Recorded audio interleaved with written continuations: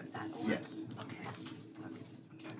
All right, I asked you to come in early to spend a little time talking about the elected school board. Not so much about the elected school board, but about the process. We've never done this before, and so it would be very appropriate for people to have questions about the process and how we move forward with this and timetables. I think the process that we use is going to be very important to getting the confidence of the community behind the way the school board is elected. So I have served on councils that have been elected at large, ones that have been elected from the ward system. They both have virtues. They both can be made to work if people have goodwill, and I'm confident that is the case here. I think what's really important is that we try to listen as hard as we can to the community here, and this is not a political statement. I think we should try to take some time and schedule a couple of town hall meetings in the community, at least two. Would like to do that maybe in, I know the time frame is short, but maybe in December. We could, maybe even on back-to-back evenings if we could find the time to get out in the community, get on both sides of the community at least, and listen to what they think is and how they would like to elect their school boards. I'm confident, having gone through this in the past, that you will find difference of opinions in like Campostella. You will find a difference of opinions in Tarleton or Bayview or Brambleton or Largemont. And so all of those people need to be heard and then their views respected. If they think they're being heard, I think it will certainly help in any decision we make about how the school board should be elected. Under the Collins case, I mean, there are some precedents for us to follow, including some state laws. So the path is pretty straightforward unless we seek special legislation. So in any event, if anybody has any questions or anybody got any suggestions about what we should do, is the two town hall meetings sound appropriate? Okay. I mean, I would really like to get out and listen to what people have to say. Okay. Should we try to get Breck to, check with people's December schedules? seems kind of tight. Well, the only reason I was concerned is Both that have the legislation we've got to have some stuff in I know, but January. I've already heard from constituents that are upset about the holidays and, that the public hearings are, that it's not a good time for them to come. I'm not talking about us. But if you all think it has to be done before January, I just, I agree with you. I think December is kind of you want to have it at a time when we're going to get citizens feel like they have the time to come. So is this automatic legislation, so we don't have to worry about filing deadlines in this case or do you have to worry about filing deadlines on this? This is automatic legislation, Okay. and that the only reason, to do it in December is if you want to deviate from what's on the menu, from the transition legislation. And so that if you're just going to follow it without any changes, then you have much more time. If you want to change from what is expressly permitted, then And that would be the same as 2000 how we are elected? Is that what you're saying is expressly committed? yes, How we're elected. yes, a straightforward ward system. Right. It does not require any legislation. Neither does a straightforward at-large require any legislation, any further legislation. It's self-implementing. Right. But what is the rush for December? I I mean, was not just- rush, but there is some thought that the sooner we deal with this, there is, in some segments of the community that like to push forward. If there's no special legislation, then nobody's going to propose anything. I think January suits me just fine. But if that's, so what that means is, reading the memo from the city attorney's office, then we will then have the question of whether or not we elect the members at large or whether they're from the wards. And that's fine with me. I think those are the only two choices we should make, actually. Are there options with the at-large one? So let me give you an example. I've been tossing around something like, say, the first election in 2016, that you have one person who runs in the Super Ward boundaries, Super Ward 7 and Super Ward 6, and one at-large. So you're voting in 3. And then in 2018, you do 2 at-large, and once again, one from Super Ward 7 and one from Super Ward 6. You're staying within the boundaries of political boundaries, which meets the criteria for that. But now you're allowing for diversity still, because you're still keeping it by wards, and you still have at-large, and you're not. My concern with doing the ward system is not necessarily the ward system itself, although you do end up creating what I call high school politics, where you may have people that are voted in based off of their high school that they serve, and then you get that battling.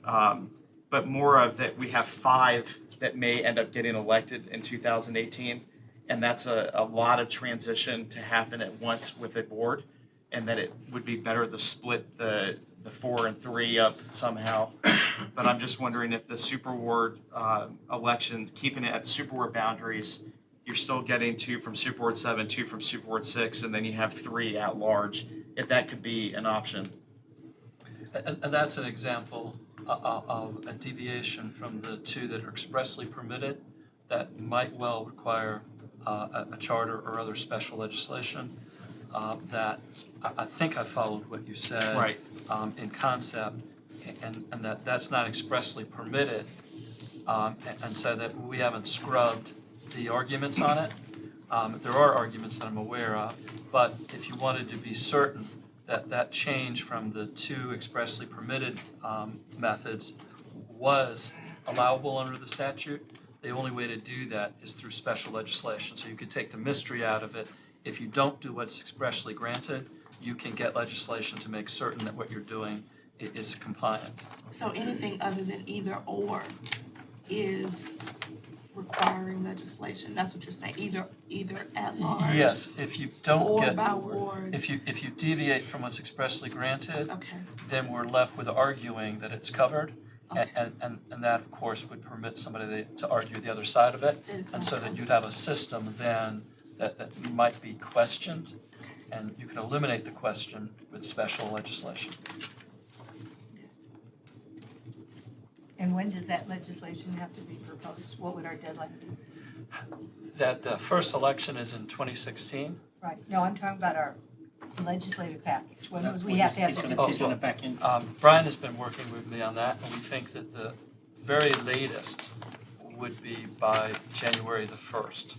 And that, like with virtually everything, there are other possibilities, but if we get past January the 1st, we run the risk of not having a sponsor or the ability to get heard, so that to maximize our likelihood of getting consideration in this session, we should have it by January the 1st, or at least the beginning of the session. Did I state that deadline correct, Brian?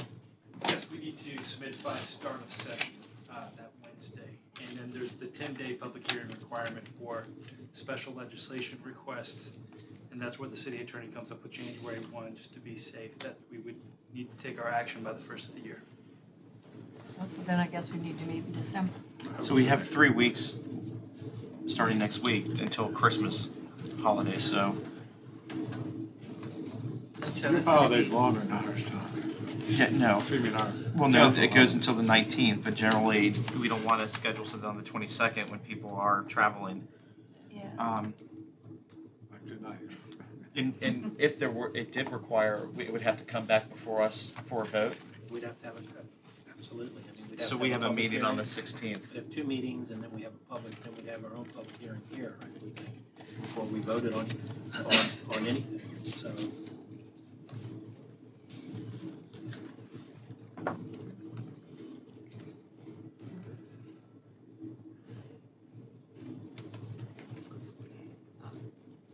Well, if we do it in December, we're gonna need to go ahead and start putting the word out now, especially to all of the civic league leaders because they're holding their meetings now. The good thing is that it's towards the end of the month, so they haven't started their meetings for December, so they can get the word out. We'll say one, Tommy, I'd like, if you were really gonna flesh that out, I think you ought to put it down on paper so some Sure. of us can Yeah. try to figure out what you're saying.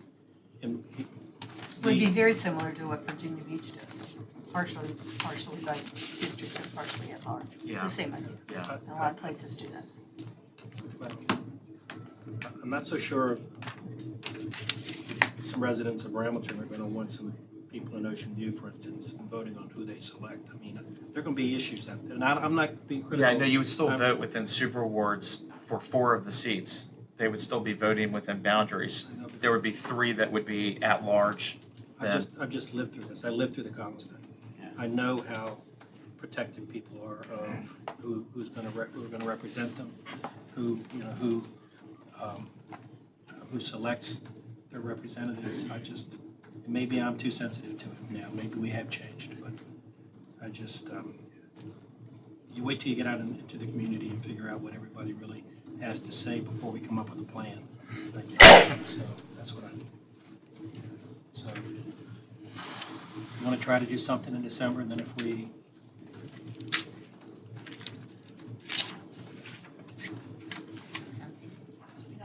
January. We decided in this legislative session, is that right? That's right, that in the 2016 session, it will start in January, and most of the laws will not be effective until July the 1st. And so that you could speak special legislation to try to have it passed and effective prior to the campaigns in March, but that does not look like it's very workable at all or practical, so that in order for the people to prepare, choose to run, and run, 2015 appears to be the session. So, minus the Tuesday council meetings, you either have the 3rd and the 4th, or the 10th and the 11th, and then one council meeting on the 16th. What was that? The 3rd and the 4th, or the 10th and the 11th. We can't do the 9th because we have a council meeting. Oh, so you're talking about doing it on a Tuesday? Either next week or the week after that. But you're talking about a Tuesday. No, not a Tuesday, a Wednesday, Thursday, because there's, unless you want to do it on a Monday and another day.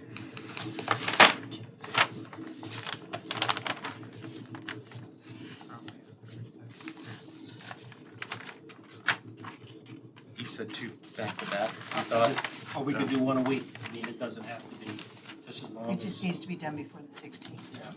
Do the So we 4th and the could do 11th. We have a council meeting scheduled for the 16th. 9th and the For the 16th. 9th, okay. You could do the 4th and the 11th, which are Thursdays, stays off of Wednesday nights. Okay. Or we don't have to be at all of them. You don't have to be, I mean, if you kind We can of. split it. So we'll do one on the 4th and one on the 11th, is that okay?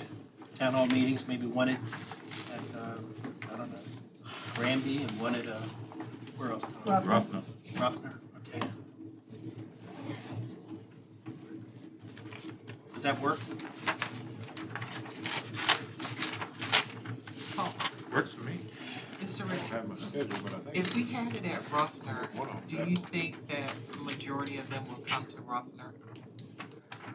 Versus where? Um, Maybe an elementary school? Why wouldn't they come to Ruffner? Oh, I'm just asking. Ruffner has ample Ruffner's parking. good. Okay. It's good, we usually have a lot. We've had budget hearings there. Yeah, Been well Ruffner's attended. good. Yeah. Too well attended. Ruffner's got a nice theater. And put in the city. So the Okay. 4th and the 11th, The is that what 4th you're at saying? Granby and the 11th at Ruffner? What time? Let's do 6, Let's do it early. yeah. Well, people gotta get a chance to get off from work and get there. 6 o'clock? 6. 6 would be good. Okay, good enough, thank you. Ruffner, That helps. you'll send us something to remind us. Yeah. So Mr. Grammy's gonna be on the 4th? If they were I don't know available. yet. Yeah, I was gonna say, we need to know If they're if the not, I schools can, are. if not, I can volunteer mine. And the question that we're gonna pose to the. We could also do it on here. The question is, how should we elect these, school board? We don't have a preconceived plan. The question is, what do you think? What time, Paul? 6? Can we ask Marcus to have a staff member to coordinate how that's gonna work? Are they gonna, is it gonna be done in a charrette format? And we have No, little groups, or No, or I is that think us? it would be, we would